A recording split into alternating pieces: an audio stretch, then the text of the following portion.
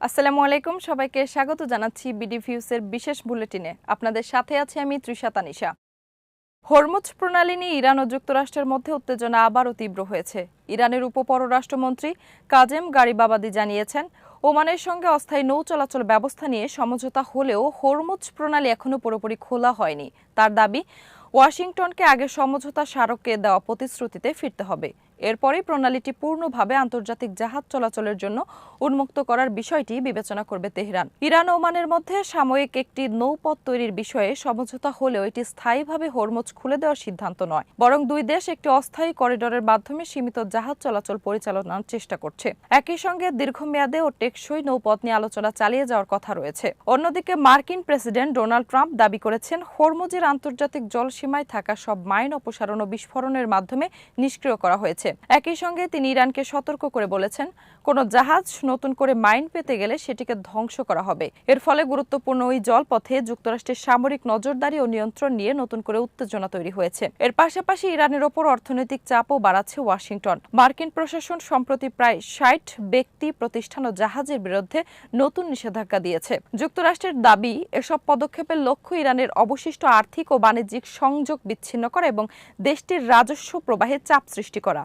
সব মিলিয়ে হরমুজ ইস্যুতে সাময়িক নৌ করিডোরের সম্ভাবনা তৈরি হলেও ইরান যুক্তরাষ্ট্রের মূল বিরোধ এখনও কাটেনি। ফলে বিশ্বের অন্যতম গুরুত্বপূর্ণ জ্বালানি পরিবহন পথটির পূর্ণাঙ্গ নিরাপদ পুনরায় চালু হওয়া এখনও অনিশ্চিত।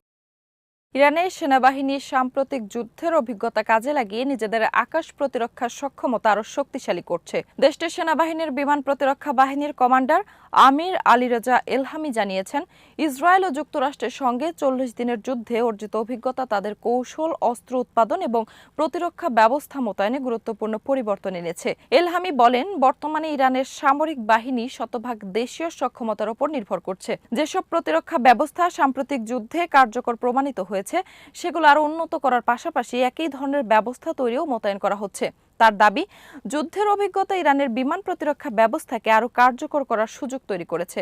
অন্যদিকে ইরানকে ঘিরে সামরিক চাপ ও কূটনৈতিক তৎপরতা একই সঙ্গে চালিয়ে যাচ্ছে ওয়াশিংটন। ট্রাম্পের ২০২৪ সালের নির্বাচনী প্রচারণায় সাবেক পরিচালক রব আর্লেট বলেন, যুক্তরাষ্ট্রের কৌশল মূলত দুইটি ধারায় এগোচ্ছে: হরমুজ প্রণালী পুনরায় খুলে দেওয়া এবং ইরানকে আলোচনার টেবিলে ফেরানো। তবে সমঝোতার স্মারক ভেঙে পড়ার দায় ইরানের উপর চাপিয়ে তিনি বলেন, তেহরান বাণিজ্যিক জাহাজে হামলা শুরু করায় ওই সমঝোতা কার্যত শেষ হয়ে যায়। ট্রাম্প প্রশাসন ইরানের বক্তব্যের চেয়ে তাদের বাস্তব কর্মকাণ্ডকে বেশি গুরুত্ব দেবে বলেও মন্তব্য করেন তিনি। এদিকে ইরানের ওপর অর্থনৈতিক চাপ আরও বাড়াতে যুক্তরাষ্ট্রের অর্থমন্ত্রী স্কট বেসেন্ট বাহরাইনের অর্থমন্ত্রীর সঙ্গে আলোচনা করেছেন। মার্কিন ট্রেজারি জানিয়েছে, হরমুজ প্রণালীকে বৈশ্বিক অর্থনীতির বিরুদ্ধে চাপ হিসেবে ব্যবহার ঠেকানো এবং ইরানের অর্থনৈতিক সক্ষমতার উপর অব্যাহত আর্থিক চাপ বজায় রাখাই আলোচনার মূল বিষয়। পাশাপাশি যুক্তরাষ্ট্র বাহরাইন উপসাগরের সহযোগিতা পরিষদের দেশগুলোর মধ্যে সমন্বয় জোরদারের উপর গুরুত্ব দেওয়া হয়েছে।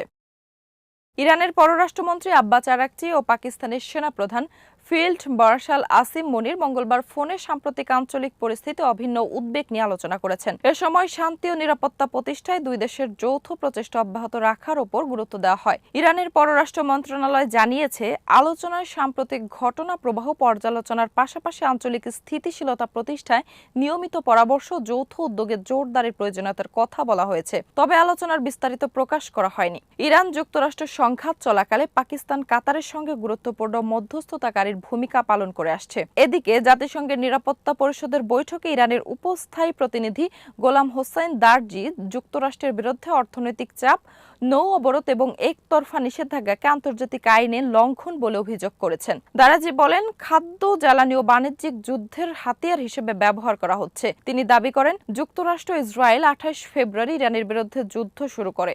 পরবর্তীতে ২৭ জুন শুরু হওয়া নতুন আগ্রাসনে ৬০ জনের বেশি বেসামরিক নাগরিক নিহত এবং ৬৩০ জনের বেশি আহত হন। বিমানবন্দর, সেতু, পরিবহন অবকাঠামো, জাহাজ উদ্ধার কেন্দ্র, আবহাওয়া স্টেশনও হামলার লক্ষ্যবস্তু হয় বলে তিনি দাবি করেন। তিনি আরও বলেন, ইরানের বিরুদ্ধে সামরিক অভিযানে ঘাঁটি গোয়েন্দা তথ্য, রসদ বা আকাশসীমা দিয়ে সহায়তা করা দেশগুলোকে জবাবদিহির আওতায় আনতে হবে। দারজি হরমুজ প্রণালীতে নিরাপদ নৌ চলাচল নিয়ে ইরানের অবস্থানও তুলে ধরেন। তার দাবি, প্রণালীটি নিয়ে যে কোনো ব্যবস্থা কেবল উপকূলীয় দেশ ইরান ও ওমানের মাধ্যমে নির্ধারিত ও পরিচালিত হতে পারে।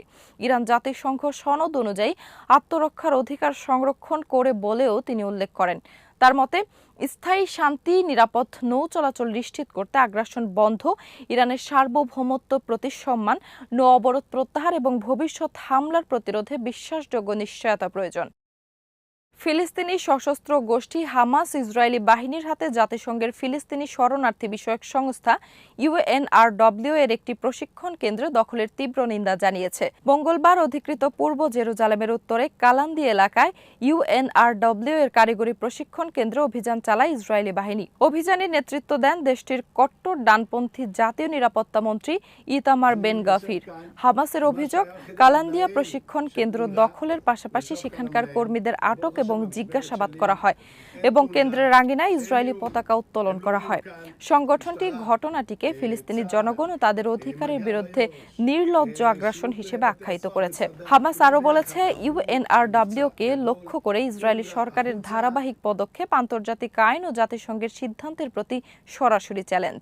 বিশেষ করে হামলার মাত্র একদিন আগে ফিলিস্তিনি রাষ্ট্রের স্বীকৃত 28টি কূটনৈতিক মিশনের প্রতিনিধিরা প্রশিক্ষণ কেন্দ্রটি পরিদর্শন করেছিলেন বলে উল্লেখ করেছে সংগঠনটি। হামাস আন্তর্জাতিক সম্প্রদায় ও জাতিসংঘের সংশ্লিষ্ট প্রতিষ্ঠানগুলোর প্রতি ইসরায়েলের ইউএনআরডব্লিউ বিরোধী পরিকল্পনা ঠেকাতে কার্যকর পদক্ষেপ নেওয়ার আহ্বান জানিয়েছে।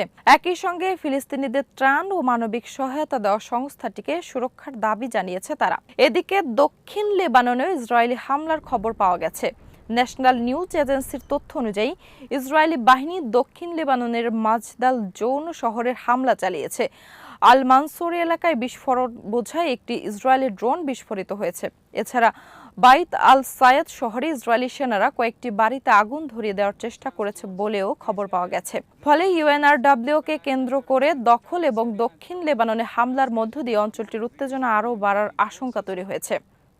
মার্কিন প্রেসিডেন্ট ডোনাল্ড ট্রাম্প মঙ্গলবার দাবি করেছেন, হরমুজ প্রণালীর আন্তর্জাতিক জলসীমায় পাতা সব মাইন সফলভাবে অপসারণ বা বিস্ফোরণের মাধ্যমে ধ্বংস করা হয়েছে। তিনি সতর্ক করে বলেছেন, নতুন করে কোনো জাহাজ বা নৌযান মাইন পেতে চেষ্টা করলে তা তাৎক্ষণিকভাবে ও ধারাবাহিকভাবে ধ্বংস করা হবে। ট্রাম্প জানান, হরমুজ প্রণালীর প্রতিটি অংশ পর্যবেক্ষণে যুক্তরাষ্ট্রের স্পেস ফোর্সের প্রযুক্তি ব্যবহার করছে। এদিকে ইরান যুক্তরাষ্ট্রের উত্তেজনা নিরসনে আলোচনার মাধ্যমে সমাধানের আহ্বান জানিয়েছে কাতার। দেশটির পররাষ্ট্র মন্ত্রণালয়ের মুখপাত্র মাজেদ আল আনসারি বলেছেন, ওয়াশিংটন ও তেহরানকে আবার আলোচনার টেবিলে ফেরাতে দোহার মধ্যস্থতা প্রচেষ্টা অব্যাহত রয়েছে। তবে সাম্প্রতিক সময়ে এ বিষয়ে নতুন কোনো অগ্রগতি হয়নি।